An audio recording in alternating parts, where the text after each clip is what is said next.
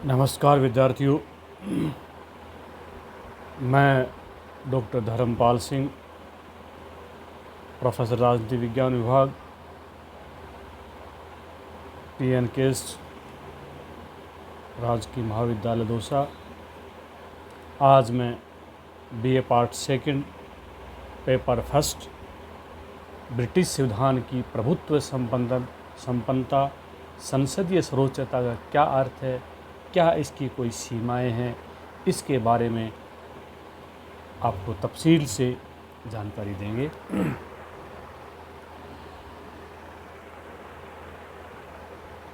जैसा कि आपको विदित है कि ब्रिटिश संसद के 3 अंग हैं: संप्रभु, लॉर्ड सभा और कॉमन सभा।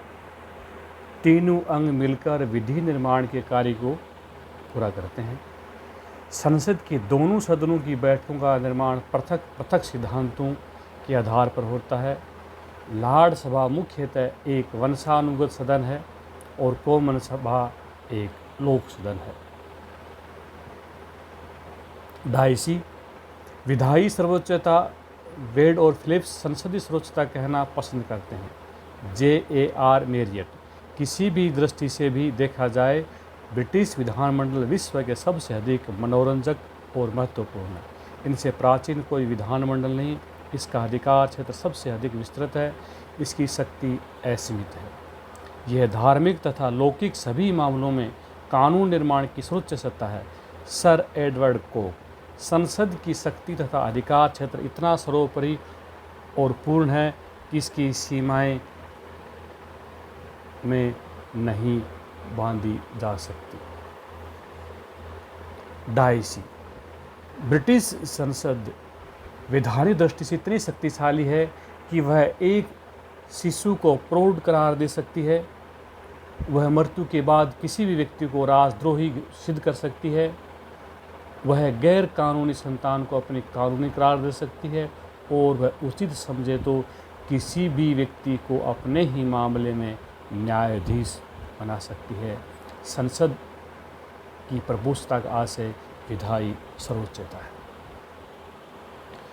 तो इसके ऐसे कौन कौन से कारण हैं जिनसे वो इतनी सर्वोच्च बनी हुई है। नंबर 1, विधि निर्माण की असीम शक्ति। ब्रिटेन में एकात्मक शासन व्यवस्था होने के कारण ब्रिटिश संसद ब्रिटेन में कानून का निर्माण करने वाली एकमात्र सत्ता है। अन्य किसी संस्था को कानून निर्माण का अधिकार नहीं होता। इस कारण संसद किसी भी प्रकार की विधि का निर्माण कर सकती है, उसमें संशोधन कर सकती है तथा उसे समाप्त भी कर सकती है। ये पहला कारण रहा विधायी सर्वोच्चता का। दूसरा जो कारण, संवैधानिक विधि और साधारण विधि में अंतर का अभाव। ब्रिटेन का संविधान एक लचीला संविधान है, अतः यहाँ साधारण विधि संवैधानिक विधि में बीच कोई अंतर नहीं है। ब्रिटिश संसद किसी भी इस कानून में अपनी इच्छानुसार कोई भी परिवर्तन कर सकती है अथवा उसे रद्द कर सकती है, चाहे साधारण विधि हो या संवैधानिक विधि। ब्रिटिश संसद इस प्रकार समस्त कार्य अपने साधारण बहुमत से ही पास करती है। ये सर्वोच्चता का दूसरा कारण रहा। तीसरा कारण जो आपको मैं बताने जा रहा हूँ, विधि की सर्वोच्चता एवं सर्वव्यापकता। ब्रिटिश संसद ब्रिटिश संविधान किसी ऐसे व्यक्ति या निकाय को मान्यता नहीं देता जो संसदीय विधि के प्रतिबद्धता कर सकता है या उसे अस्वीकार कर सकता है। यह उसे असंवैधानिक घोषित कर सकता है। सर एडवर्ड कोक जो कुछ संसद करती है उसे पृथ्वी की कोई शक्ति रद्द नहीं कर सकती। संसदीय विधि पर न कार्यपालिका वीटो लगा सकती और न न्यायपालिका वीटो। ब्रिटेन में न्यायपालिका का एक ही कार्य है संसदीय विधि को लागू करना। यदि संसद की किसी विधि को अनुचित ढंग से प्राप्त कर लिया जाता है तो उसे रद्द करके ठीक करना संसद का कार्य है न्यायालय का नहीं। ये तीसरी विधि थी विधि की सर्वोच्चता एवं सर्वव्यापकता। चौथी, न्यायिक पुनरावलोकन की व्यवस्था का अभाव। जिन देशों में न्यायिक पुनरावलोकन व्यवस्था है वहाँ संसद की प्रभुता का प्रश्न नहीं उत्पन्न होता, लेकिन ब्रिटेन में व्यवस्था नहीं है। ब्रिटेन में संसद की प्रभुता की स्थिति संविधान और शासन व्यवस्था के कुछ विशेष लक्षणों के लक्षण है। नंबर 1, लचीला संविधान, एकात्म शासन व्यवस्था तथा इन सब के अतिरिक्त न्यायिक पुनरावलोकन व्यवस्था का अभाव। संसदीय संप्रभुता पर सीमाएं, ऐसी क्या है जो संसदीय प्रभुता पर सीमाएं हैं? वैधानिक दृष्टि से ब्रिटिश संसद पूर्ण बहुमत संपन्न है और उसके द्वारा किसी भी प्रकार के कानून निर्माण किया जा सकता है, किंतु प्रत्येक वैधानिक तथा तथ्य राजनीतिक सत्य नहीं होता। व्यवहार में संसद की प्रभुता पर अनेक प्रतिबंध हैं, उन पर अनेक प्रतिबंध भी लगे हुए हैं। जो क्या क्या प्रतिबंध हैं उनके बारे में आपसे हम बताएंगे।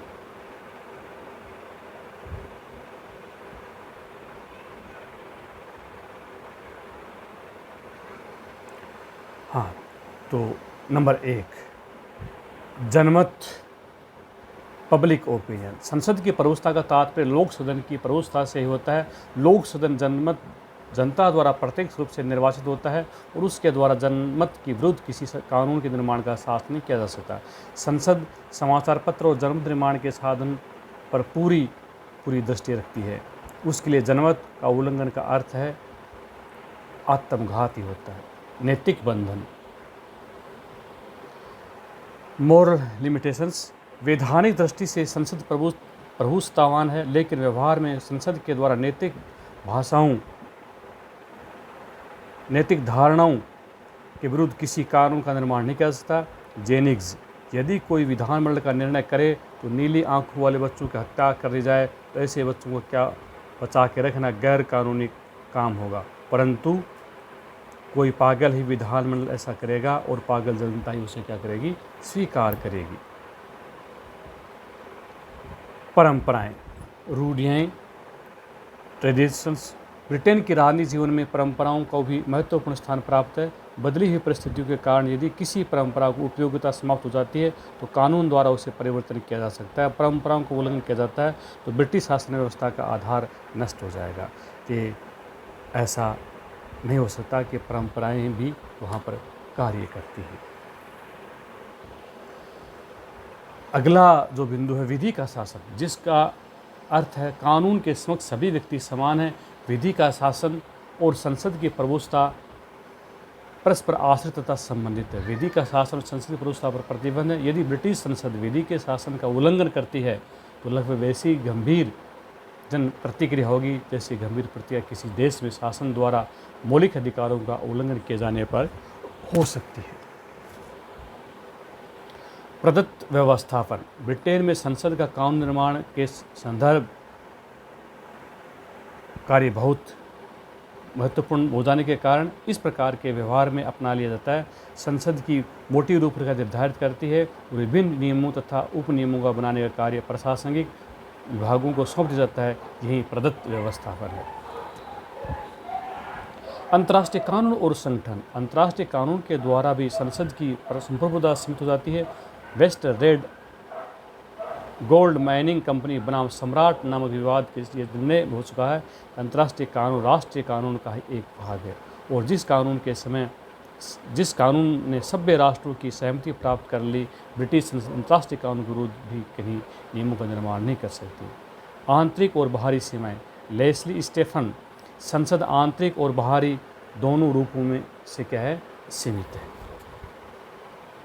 आंतरिक रूप से इसलिए सीमित है कि व्यवस्थापिका कुछ निश्चित सामाजिक परिस्थितियों की उपज होती है और वह उसी के द्वारा निर्धारित होती है जिससे समाज निर्धारित होता है।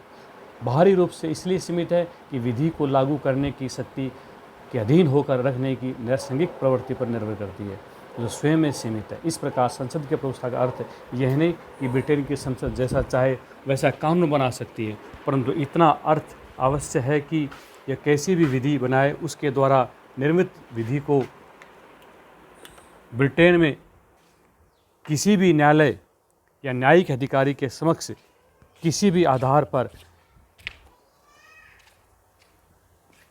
इसको चुनौती नहीं दी जा सकती। तो आज हमने इस अध्याय में इतना ही बताया। धन्यवाद।